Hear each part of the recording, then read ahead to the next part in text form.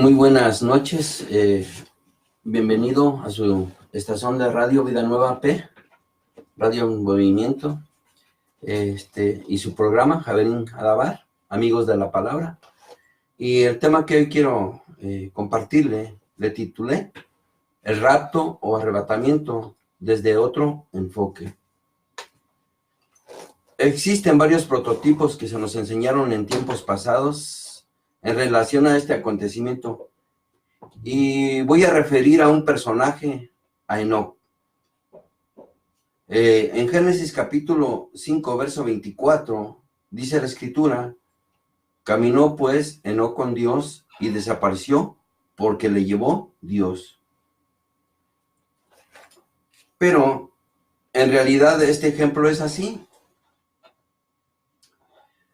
Para poder entender las Escrituras, necesitamos buscar la conexión que hay con cada pasaje escritural, porque si nosotros agarramos y tomamos nada más una parte, nos vamos a perder esencialmente de todo el cuadro. De hecho, los evangelios de Mateo, Marcos y Lucas se les llama los evangelios sinópticos, porque cada evangelista enfocó su visión hacia algo que le pareció más importante. Por decir, en un pasaje refiere que había un endemoniado gadareno, en otro evangelista dice que eran dos. Entonces es importante tomar todo el contexto escritural que habla de el mismo enfoque. Bueno, pues bien, les citaba Génesis capítulo 5, verso 24, pero quiero citarles otro pasaje. En Hebreos capítulo 11, verso del 5 al 13 dice: por la fe, Enoc fue transpuesto para no ver muerte, y no fue hallado porque lo transpuso Dios, y antes de que fuese transpuesto, tuvo testimonio de haber agradado a Dios. Cuando se habla acerca del arrebatamiento o del rapto, normalmente se cita este personaje, a este gran hombre, porque se le toma como un símbolo de ese acontecimiento. Pero aquí en Hebreos capítulo 11, verso del 5 al 13, menciona algunos otros ejemplos a seguir. Dice que por la fe Noé fue advertido por Dios acerca de cosas que aún no se veían, y con temor preparó el arca. Nosotros el acontecimiento no lo vemos, sabemos que va a suceder, mas sin embargo, por fe sabemos que estamos esperando a que haya ciertos acontecimientos para que se desencadene todo esto. Bueno, también en el verso 8 dice que por la fe Abraham, siendo llamado, obedeció para salir del lugar que había recibido como herencia, y salió sin saber a dónde iba. Y luego más adelante dice que por la fe habitó como extranjero en la tierra prometida, como en tierra ajena, morando en tierra con Isaac y Jacob, coherederos de la misma promesa, porque esperaban la ciudad que tiene fundamento, cuyo arquitecto y constructor es Dios. Por la fe también la misma Sara, siendo estéril, recibió fuerza para recibir, y dio a luz aún fuera del tiempo de la edad, porque creyó que era fiel quien lo había prometido. Por lo cual también de uno, y ese ya casi muerto, salieron como las estrellas del cielo en multitud, y como la arena innumerable que está a la orilla del mar. Conforme, fíjese, quiero que preste atención al verso 13, dice: conforme a la fe, murieron todos estos sin haber recibido lo prometido. Dice, conforme a la fe, murieron todos estos sin haber recibido lo prometido, sino mirándolo de lejos y creyéndolo y saludándolo y confesando que eran extranjeros y peregrinos sobre la tierra. Entonces mi pregunta que aquí cabría: ¿murió Enoc o no murió? Si usted se da cuenta de este pasaje escritural de Hebreos capítulo 11, hace toda una lista, pero luego termina enfatizando que conforme a la fe murieron todos. Entonces, ¿qué se entiende? Que Enoc fue transpuesto para no ver muerte. ¿En realidad murió Enoc o no murió? ¿O a qué se refiere este hecho de que fue transpuesto para no ver muerte? Y para entender esto, voy a citarle otro pasaje. Judas capítulo 1, verso 14 y verso 16. De estos también profetizó Enoc, séptimo desde Adán, diciendo: he aquí, vino el Señor con sus santas decenas de millares para hacer juicio contra todos y dejar convictos a todos los impíos de todas sus obras impías que han hecho impíamente y de todas las cosas duras que los pecadores impíos han hablado contra él. Estos son murmuradores, querellosos, que andan según sus propios deseos, cuya boca habla cosas infladas, adulando a las personas para sacar provecho. Pues bien, en los tiempos de Enoc ya la tierra se había corrompido. Recuerde que después de que Enoc es traspuesto, pasa un tiempo y pues viene el juicio que nosotros conocemos en Génesis capítulo 6 del diluvio universal. Pero, ¿qué significa fue traspuesto? ¿Hay alguna otra referencia que nos ayude a entender todo esto? Porque cuando entendemos fue traspuesto para no ver muerte, nosotros lo entendemos como que no murió, pero si vemos en Hebreos capítulo 11, verso 13, dice que todos estos que se estaban refiriendo murieron. Entonces en Hechos capítulo 8, verso 37 y 40, la escritura dice lo siguiente: Felipe dijo: si crees de todo corazón, bien puedes. Y respondiendo dijo: creo que Yeshua es el Hijo de Dios. Y mandó parar el carro, y descendieron ambos al agua, Felipe y el eunuco, y le bautizó. Y cuando subieron del agua, el Espíritu del Señor arrebató a Felipe, y el eunuco no lo vio más, y siguió gozoso su camino. Pero Felipe se encontró en Azoto, y pasando anunciaba el evangelio en todas las ciudades hasta que llegó a Cesarea. Bueno, aquí tenemos un hecho también que refiere que él fue traspuesto, es decir, fue arrebatado, fue levantado. ¿Qué fue lo que pasó en realidad con Enoc? Lo que pasa que en ese tiempo, como la tierra ya se había llenado de violencia y se había pervertido demasiado, Enoc se levantó como un pregonero de la fe, a reconvenir acerca de su mal comportamiento a todas esas personas que eran contemporáneos de él, y por esta situación a él le querían matar. Entonces, ¿qué hizo el Señor? Para que él no viera muerte, o sea, para que no lo mataran esa multitud, lo agarró al Señor y lo llevó a otro lado. Pero esto no significa que no haya muerto. De hecho, la escritura no refiere a dónde le llevó el Señor. Aquí con el Felipe, en el relato de con el eunuco, con su encuentro con él, sí refiere que fue levantado y fue hallado ¿en dónde? En Cesarea. Pues bien, este tipo de enseñanzas fueron de mucho auge en tiempos pasados, y en ese tiempo pasado, casi toda la enseñanza se basaba en ¿qué? Arrepiéntete, porque si no te vas a quedar en esa gran tribulación. Esto era dentro del contexto más tradicional evangélico, y este evento se entendía que tenía que suceder en un plazo o en un periodo de 7 años, por lo cual se tenían que dar varios sucesos, y en medio de este acontecimiento se da este suceso que se le conoce como el rapto o arrebatamiento. ¿Qué bases bíblicas relacionan este acontecimiento? Mi pregunta sería, ¿es un hecho de esperanza o de purificación? Esta enseñanza es muy controversial porque existen 3 posturas teológicas: pre, post y atribulacionista. Los que venimos de un cristianismo más hacia atrás, hablando de los años pues 70s, 80s, que estaba en auge todo este acontecimiento, recordamos que unas décadas atrás el tema central de esta predicación era arrepiéntete, porque si no te vas a quedar en esa gran tribulación.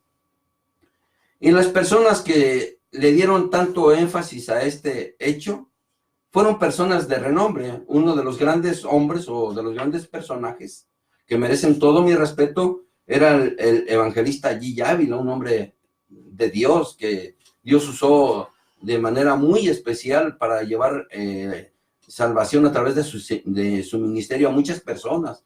Él tenía un don de sanidad que se manifestaba de una manera asombrosa. En fin, pero su mensaje se centraba en este acontecimiento. Pero otro de los personajes que le sucedieron también, ya desde otra perspectiva, fue un escritor llamado Tim LaHaye, con su serie Dejados Atrás. Bueno, este personaje hizo de este evento o de este acontecimiento algo hollywoodesco. ¿Por qué se menciona tanto? ¿Cuál es su origen este hecho? Les voy a dar algún dato histórico. En el año 1747, Emmanuel Lacunza introdujo la idea de que Yeshua venía 3 veces y fue el jesuita Iván Ezra quien lo introdujo a la iglesia naciente protestante. ¿Cuál fue la idea? Decir que el Señor venía por la iglesia cristiana, mientras que aquí pasaba el periodo de la gran tribulación, la iglesia celebraba en el cielo las bodas del Cordero. ¿Y en qué se sustentaban? En pasajes como este que le voy a citar. Primera de Tesalonicenses, capítulo 4, verso 13 al 18. Dice la Escritura: tampoco queremos, hermanos, que ignoren acerca de los que duermen, para que no se entristezcan como los otros que no tienen esperanza.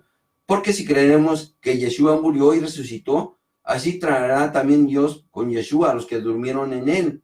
Por lo cual les decimos esto en palabra del Señor, que nosotros que vivimos, que habremos quedado hasta la venida del Señor, no precederemos a los que durmieron, porque el Señor mismo, con voz de mando, con voz de arcángel, con trompeta de Dios, descenderá del cielo, y los muertos en el Mesías resucitarán primero, y nosotros, los que vivimos, los que hayamos quedado, seremos arrebatados juntamente con ellos en las nubes para recibir al Señor en el aire, y así estaremos siempre con el Señor. Por lo tanto, aliéntense los unos a los otros con estas palabras. Un capítulo más adelante dice: pero acerca de los tiempos y de las ocasiones, no tiene necesidad, hermanos, de que yo se los escriba, porque ustedes saben perfectamente que el día del Señor vendrá así como ladrón en la noche, que cuando digan paz y seguridad, entonces vendrá sobre ellos destrucción repentina, como los dolores de la mujer encinta, y no escaparán. Mas ustedes, hermanos, no están en tinieblas, para que aquel día los sorprenda como un ladrón. Pues bien, pasajes como este y como este otro que está en Primera de Corintios capítulo 15, versos 51 al 52, que dice: aquí les digo un misterio, no todos dormiremos, pero todos seremos transformados en un momento, en un abrir y cerrar de ojos, a la final trompeta, porque se tocará la trompeta y los muertos resucitarán incorruptibles y nosotros seremos transformados. Pues bien, mi pregunta sería: ¿por qué Pablo, el apóstol Pablo, dice que es un misterio si él mismo ya lo está diciendo? Se habla que es a la final trompeta. Mi pregunta sería: ¿cuál es la primera trompeta y cuál es la última? Y luego Pablo también refiere que los que hayamos quedado hasta la venida del Señor, ¿quién se queda en ese momento? Otra pregunta mía sería: ¿cómo se escucharán las trompetas o quién la escuchará si se supone que el arrebatamiento es secreto? Pues vamos a ir desglosando lo más sencillo para después tratar de profundizarnos un poquito más. Miren, Yeshua lo refirió de esta manera y lo cito para verlo desde un contexto más claro.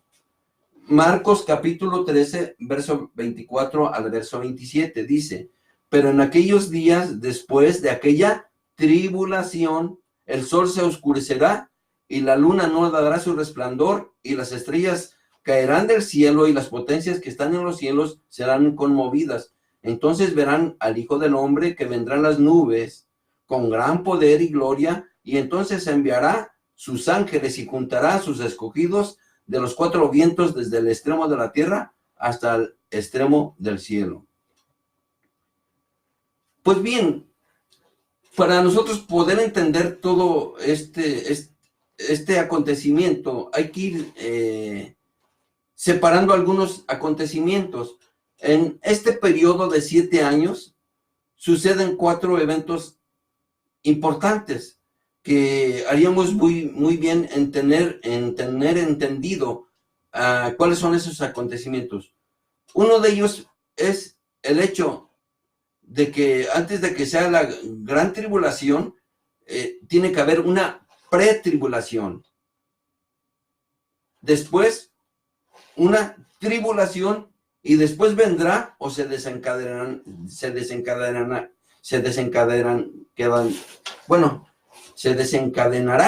el hecho de lo que nosotros conocemos como la gran tribulación, y posteriormente a ello vendrá lo que se le conoce como la ira de Dios. Este sucede en este periodo. Entonces, cuando nosotros mezclamos todos estos acontecimientos y no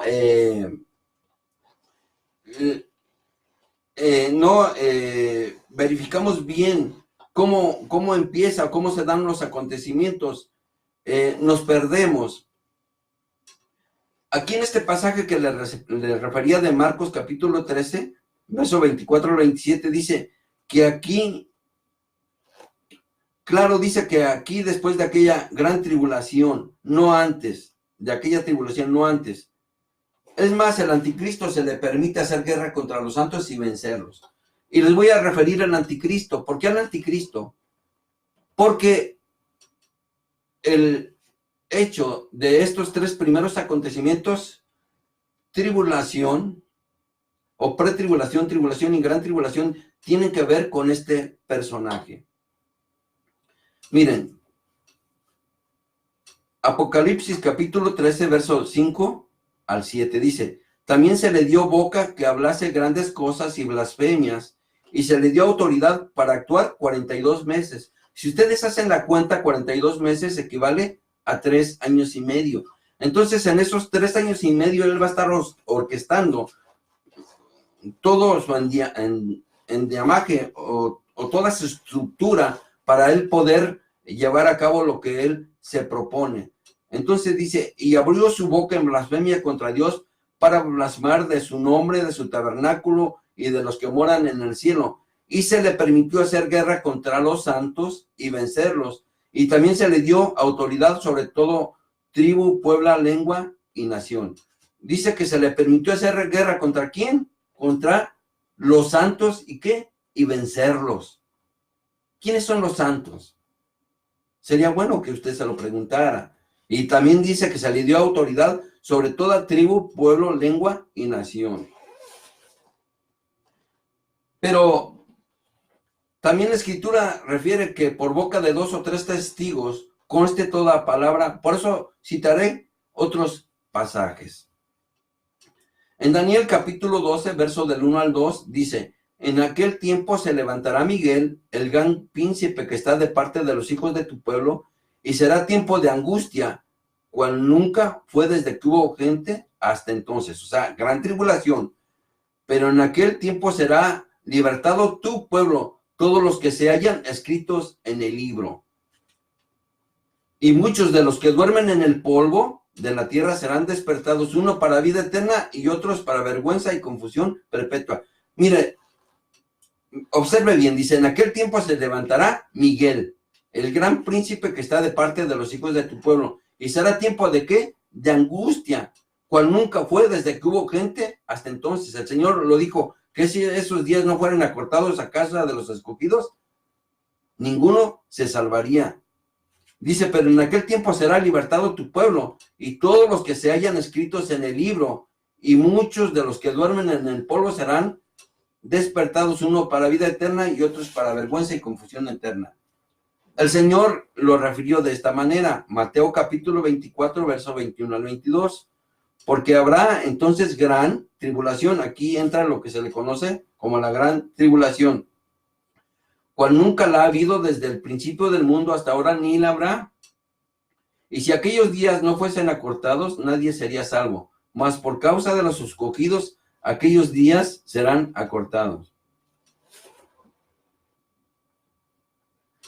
Pues bien, ahora mi pregunta sería, ¿en qué se ha basado la postura de que la iglesia no pasa o no pasará la gran tribulación? Y les voy a referir algo que se ha dicho, se ha comentado y aparentemente tiene un sustento, pero es a su criterio. Es a su criterio. Yo solamente les voy a citar las escrituras y usted va a hacer su propio juicio con una mente no prejuiciada. Tómelo con una mente abierta, con una mente que usted pueda recibir la escritura de una manera fresca. La iglesia cristiana o dentro del cristianismo se refiere que los judíos son los que se quedan por no haber aceptado a el Mesías y sí al anticristo. Y se cita este pasaje para decir que los judíos, al firmar un pacto con el anticristo, ellos se quedan y nosotros nos vamos. ¿Quiénes nosotros? La iglesia cristiana. Isaías capítulo 28, verso 15. Se jactan diciendo, hemos hecho un trato para burlar a la muerte y hemos llegado a un acuerdo para evitar la tumba. La destrucción que se aproxima nunca podrá tocarnos porque nos hemos edificado un fuerte refugio hecho de mentiras y engaños. Esto era a grandes rasgos lo que se ha enseñado, pero quedan muchas interrogantes. ¿La iglesia se queda en el cielo o regresa? ¿O qué pasa con los judíos y con la población en general? Pues bien, voy a ir otra vez a Primera de Tesalonicenses, capítulo 4, verso 13 al 17. Entonces, esta cita de Isaías hace referencia de que se va a firmar un convenio, un tratado de paz que se hace con el anticristo. Eso está escrito. Entonces, por eso se tiene la idea o se cree que todos los judíos o la mayoría de los judíos se quedan, porque no han aceptado al Mesías. Bueno, en Primera Tesalonicenses, capítulo 4, verso 13 al 17, dice la Escritura, tampoco queremos, hermanos, que ignoren acerca de los que duermen, para que no se entristezcan como los otros que no tienen esperanza. Porque si creemos que Yeshua murió y resucitó, así también traerá Dios con Yeshua a los que durmieron en él. Por lo cual les decimos esto en palabra del Señor, que nosotros que vivimos, que habremos quedado hasta la venida del Señor, no precederemos a los que durmieron, porque el Señor mismo, con voz de mando, con voz de arcángel y con trompeta de Dios, descenderá del cielo, y los muertos en el Mesías resucitarán primero. Luego nosotros los que vivimos, los que hayamos quedado, seremos arrebatados juntamente con ellos en las nubes para recibir al Señor en el aire, y así estaremos para siempre con el Señor. Esta primera carta que Pablo escribe a la comunidad de Tesalónica despertó muchas controversias, porque recuerden que desde el principio todos los seguidores del Mesías fueron cruelmente perseguidos, desde Nerón, que le echó la culpa a que ellos habían incendiado a Roma. Bueno, hizo una persecución terrible, Domiciano, Diocleciano, todos estos emperadores. Entonces Pablo estaban pasando una situación así de este tipo, de persecución, de muerte, y ellos pensaron que ya venía el Señor. Incluso muchos de ellos hasta dejaron de trabajar. Pablo les tiene que escribir que el que no trabaje, que no coma, pero tiene que escribirles la segunda carta a los tesalonicenses, capítulo 2, segunda carta a Tesalonicenses, capítulo 2, verso del 1 al 12. Dice la Escritura, pero con respecto a la venida de nuestro Señor y nuestra reunión con Él, le rogamos, hermanos, que no se dejen mover fácilmente de su manera de pensar, ni se conturbe ni por espíritu, ni por palabra, ni por carta como si fuera nuestra, en el sentido de que el día del Señor está cerca. Nadie los engañe en ninguna manera. Nadie los engañe en ninguna manera, porque no vendrá sin que antes venga la apostasía. ¿Qué va a venir primero? La apostasía. La apostasía es aquellas personas que se han apartado de la fe, que se han desligado de aquello que nos sustenta. Y ahorita lo voy a mencionar más adelante.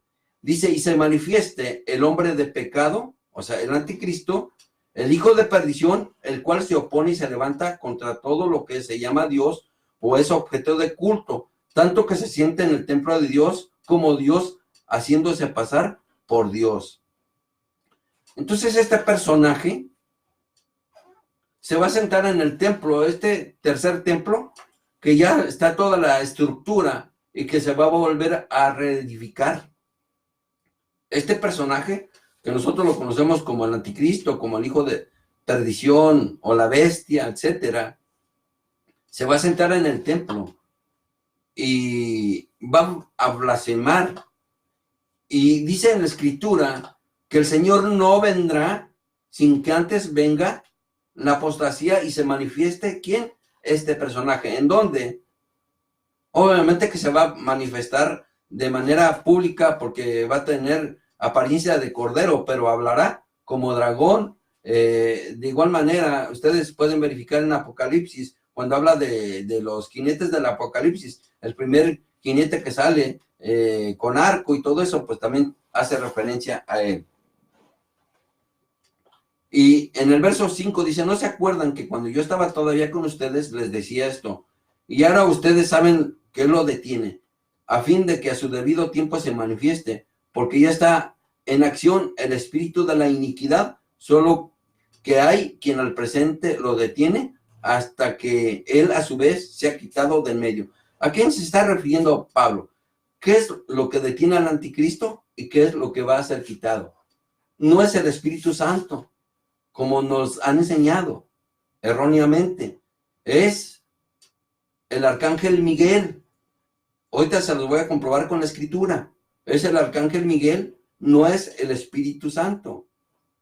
Si usted quiere seguir creyendo eso, pues está bien, pero mi deber es compartirle algo bien relacionado con este tema para que a usted no lo engañen. Dice, inicuo, cuyo advenimiento es por obra de Satanás con gran poder y señales y prodigios mentirosos y con todo engaño de iniquidad para los que se pierden por cuanto no recibieron el amor de la verdad para ser salvos. Por esto Dios les envía un poder engañoso para que crean a la mentira, a fin que sean condenados todos los que no creyeron a la verdad, sino que se complacieron en la injusticia. Bueno, muchas de estas escrituras se citan para afirmar que la iglesia cristiana no pasará la gran tribulación. Y la mayoría de los pasajes que se citan, que no agarré tantos pasajes porque para no saturar, tienen más que ver con el hecho de la ira de Dios. Y decíamos, la ira de Dios es eso, es por obra de Dios y es su ira. A donde descarga las copas de la ira y etcétera, etcétera.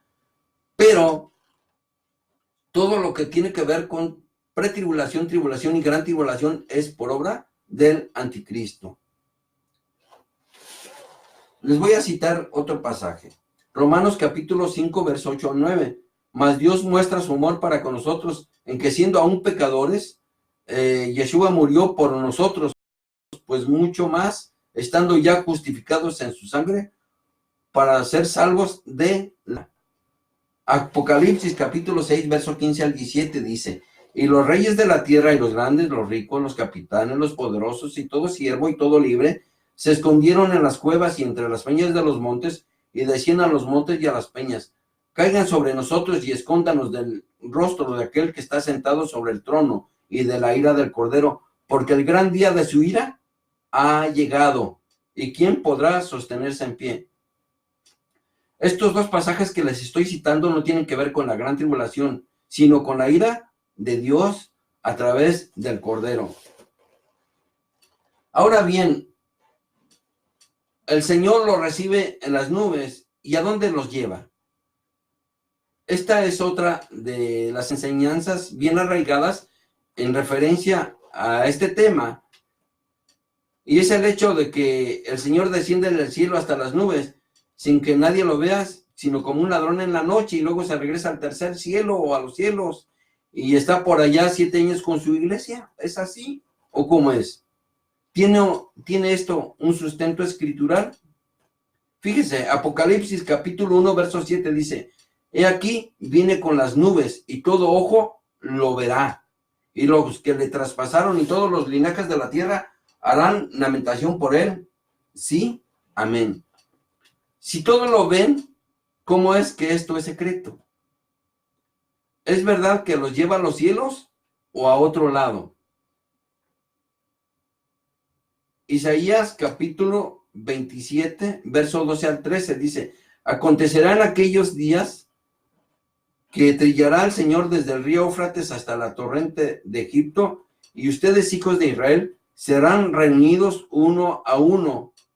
Acontecerá también en aquel día que se tocará una gran trompeta, y vendrán los que han sido esparcidos en la tierra de Asiria y los que han sido desterrados de Egipto, y adorarán al Señor. ¿En dónde? En el monte santo. ¿En dónde? En Jerusalén. Y miren qué dice Zacarías, capítulo 14, verso 1 al 5. He aquí, el día del Señor viene, y en medio de ti serán repartidos tus despojos, porque yo reuniré a todas las naciones para combatir contra Jerusalén. ¿Contra quién? Contra Jerusalén. Y la ciudad será tomada y serán saqueadas las casas y violadas las mujeres, y la mitad de la ciudad irá en cautiverio, mas el resto del pueblo no será cortado de la ciudad. Después saldrá el Señor y peleará contra aquellas naciones como peleó en el día de la batalla, y se afirmarán sus pies en aquel día sobre el monte de los olivos, que está al frente de Jerusalén al oriente. Y el monte de los olivos se partirá por el medio hacia el oriente y hacia el occidente, haciendo un valle muy grande, y la mitad del monte se apartará hacia el norte y la otra mitad hacia el sur.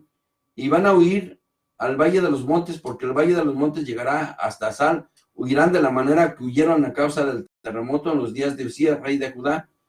Y vendrá el Señor mi Dios, ¿con quién? Con todos sus santos. ¿A dónde? ¿A los cielos o al monte de los olivos? Usted fórmese su propia opinión. Este tema es muy controversial, pero si nosotros lo vemos con una mente objetiva, vamos a darnos cuenta que muchas cosas que nos enseñaron, muchas veces no son como nos las enseñaron. Ya el apóstol Pablo lo decía o lo refería de esta manera: así, hermanos, cuando fui a ustedes, en 1 Corintios capítulo 2, verso 1 al 8 dice: así que, hermanos, cuando fui a ustedes para anunciarles el testimonio de Dios, no fui con excelencia de palabras o de sabiduría, pues me propuse no saber, entre otra cosa alguna, sino a Yeshua ya esté crucificado, y estuve entre ustedes con debilidad y mucho temor y temblor, y ni mi palabra ni mi predicación fue con palabra persuasiva de humana sabiduría, sino con demostración del Espíritu y de poder, para que su fe no esté fundada en la sabiduría de los hombres, sino en el poder de Dios.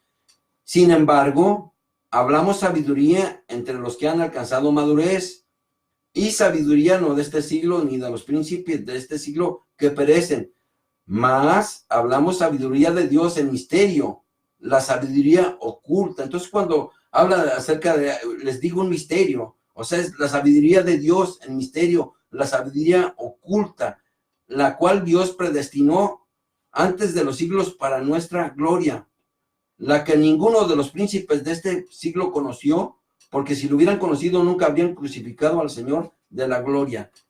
Es una ignorancia, una completamente herejía decir o afirmar que el pueblo de Israel crucificó al Señor. No fue el pueblo de Israel, fueron los príncipes del pueblo de Israel, que es muy diferente, y fueron los actores intelectuales, no fue el pueblo de Israel. De hecho, los sacerdotes, cuando estaban conspirando, le hicieron un juicio al Señor porque temían que el pueblo se les levantara. Hasta una profecía ahí. Es una completa y totalmente ignorancia decir que el pueblo de Israel fue el que crucificó al Señor. ¿Saben por qué lo decimos? Porque somos a veces ignorantes y perdonen la expresión, muchas veces referimos cosas que no sabemos, que citamos nada más porque agarramos un pasaje, pero no vemos todo el cuadro como se los decía al principio. Pero es bueno aprender. Entonces muchas veces tenemos que buscar todo el contexto, toda la estructura para poder entender bien todos estos preceptos. Y ya que Pablo estaba refiriendo que él estaba hablando un misterio, para ese tiempo era un misterio. Ahora usted y yo seguramente ya lo podemos entender de una manera. Pero ¿qué pasa? Nos hemos desligado de todos esos conceptos. Y muchas veces decimos que hablamos al pueblo de Israel, pero en realidad con nuestros hechos, con palabras sutiles, con palabras lisonjeras, negamos y nos volvemos antisemitas, y a lo mejor ni nos damos cuenta. Fíjese qué dice Romanos capítulo 11, verso 17 al 20. Pero si alguna de las ramas fueron desgajadas y tú, siendo olivo silvestre, has sido injertado en lugar de ellas y has sido hecho participante de la raíz y de la rica savia del olivo, no te jactes contra las ramas. Y si te jactas, sabe que tú no sustentas tú a la raíz. A la raíz, por eso se habla de raíces hebreas. ¿Por qué? Porque son las que nos sustentan. Sino la raíz a ti. Pues las ramas dirán, fueron desgajadas para que yo fuese injertado. Bien, por su incredulidad fueron desgajadas, pero tú por la fe estás en pie. No te ensoberbezcas, sino teme. ¿Qué advertencia, de verdad? ¿Qué advertencia nos da el mismo apóstol Pablo? El referirme a yo a veces como Yeshua o citar algunos pasajes, ¿eso me hace a mí judaizante? Entonces, si refiero koinonía, eso me hace a mí griego. O sea, al citar palabras o frases, nos coloca en esa posición, en esa postura. Es para reflexionar. Pero miren, todos estos temas, a veces si no, yo soy muy enfático en referir que a veces nos tenemos que tomar el tiempo para meternos dentro del contexto escritural en el sentido histórico y cultural, de raíz, de palabras, porque muchas cosas a veces nosotros nos perdemos. ¿Por qué? Porque nos queremos desligar completamente de cualquier hecho que tenga que ver con el pueblo de Israel. A veces decimos, pues ya no estamos bajo la ley, bajo la gracia, pero qué irónico. La Torá son los primeros 5 libros. Y si ya no estás bajo la ley, ¿para qué sigues cobrando diezmo? Si eso está en la Torá, en los primeros 5 libros, y se hizo una ley. O sea, ¿para qué? O sea, qué cosa tan tremenda. O sea, nada más para lo que nos conviene y para lo que no nos conviene. No, mis amados, la escritura, cuando se está citando que toda es inspirada por Dios, se refiere a todo el Antiguo Testamento, de hecho, porque el Nuevo ni siquiera existía. Y con esto no estoy diciendo que el Nuevo no sea inspirado, sino me estoy refiriendo a que la base, el fundamento es el Antiguo Testamento. Yo publicaba algo haciendo referencia a que si nosotros nos vamos al final de la historia, pero dejamos de lado el inicio, pues nos vamos a perder toda la riqueza espiritual, porque pues nada más vamos a ver el final, pero pues no sabemos. ¿Cómo sabríamos acerca de las tribus de Israel? ¿Cómo se formaron? ¿Qué fue lo que pasó con los reyes? ¿Cómo tomaríamos el consejo de los proverbios? ¿Cómo citáramos cuando estuviéramos en angustia el libro de los Salmos? Si desechamos todo eso como algo viejo, como algo obsoleto. No, no es así. Entonces muchas de estas cosas a veces incomodan. Pero miren, hermano, yo en lo personal hago referencia de todo esto porque por mucho tiempo que he vivido dentro del contexto cristiano y predicándolo, no nada más el hecho de conocerlo, sino predicarlo, estar al frente de una congregación. ¿Cuántas cosas no cité que así me enseñaron y que yo tenía como verdades absolutas? Pero conforme pasa el tiempo y todo este conocimiento a través de los medios y todo, de toda esta situación que se está dando de conocimiento que nos ha enriquecido tanto, empezamos a ver y empezamos a darnos cuenta que muchas cosas que teníamos por verdades, nada más eran medias verdades. No teníamos el cuadro completo. Entonces, mi petición o mi ruego delante del Eterno es que usted busque. Y si aquel dice una frase, una palabra, pues, o sea, no lo juzgue. O sea, no, a mí no me quita nada, yo sigo siendo mexicano. Y ni me quita nada que si me critican o me juzgan. Nadie avienta una piedra a un árbol que no tiene fruto, la verdad. Estamos aquí, los directores, la hermana Aurora y el hermano César, que son los directores que, como se los decía, ellos de manera generosa aportan todos los recursos para que se dé a cabo, que se den estos mensajes en la escritura. No tienen que ver con la postura de ninguno de los que aquí compartimos. Cada cosa que nosotros decimos, somos responsables. De igual manera, o sea, yo le animo, le invito, si usted quiere hacerme una crítica constructiva, hágamela. Y se vale que usted disienta de lo que yo le estoy diciendo. Usted puede tener su postura. Eso a mí no me afecta en lo absoluto. Y de igual manera, yo no pretendo que usted a fuerzas de manera obligada crea lo que yo le estoy diciendo. No, usted tiene que verificarlo. Porque ese es el error de muchos de nosotros. Si no cuestionamos lo que se nos predica, estamos propensos a caer en el error. Usted tiene la facultad de meterse a buscar de la presencia de Dios, pero también a buscar en las escrituras si esto cuadra o no cuadra, o esto como que no me parece que está bien. Pues es una situación en la que usted tiene el criterio de decidir sí o no. Yo le animo a que de esta manera lo haga. Yo normalmente no tomo este tipo de postura. Me gusta ser un poco más ético, pero a veces se dan situaciones y tiene uno que ser muy enfático en la postura en la que uno se encuentra. Y yo le doy gracias a Dios porque todo lo que el Señor ha estado permitiendo, nadie lo va a detener porque eso viene de Dios.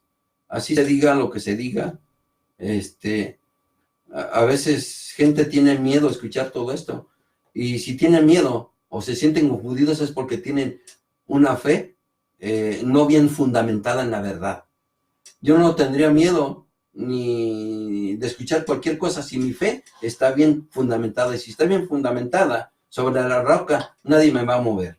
Así que pueda venir cualquier predicador, cualquier televangelista, puedo decir una cosa, puedo decir otra cosa, pero si usted está bien fundamentado, pues esto le va a ayudar a entender mejor, o de igual manera, usted lo va a desechar, también tiene esa opción de hacerlo de esa manera. De alguna manera, cada uno de los que estamos aquí vamos a dar cuenta de lo que expresamos. Y yo le doy gracias a Dios por haberme permitido el tiempo. Que el Señor le bendiga, le guarde, como dice la Escritura, haga resplandecer su rostro y le dé paz. Shalom. Bendiciones.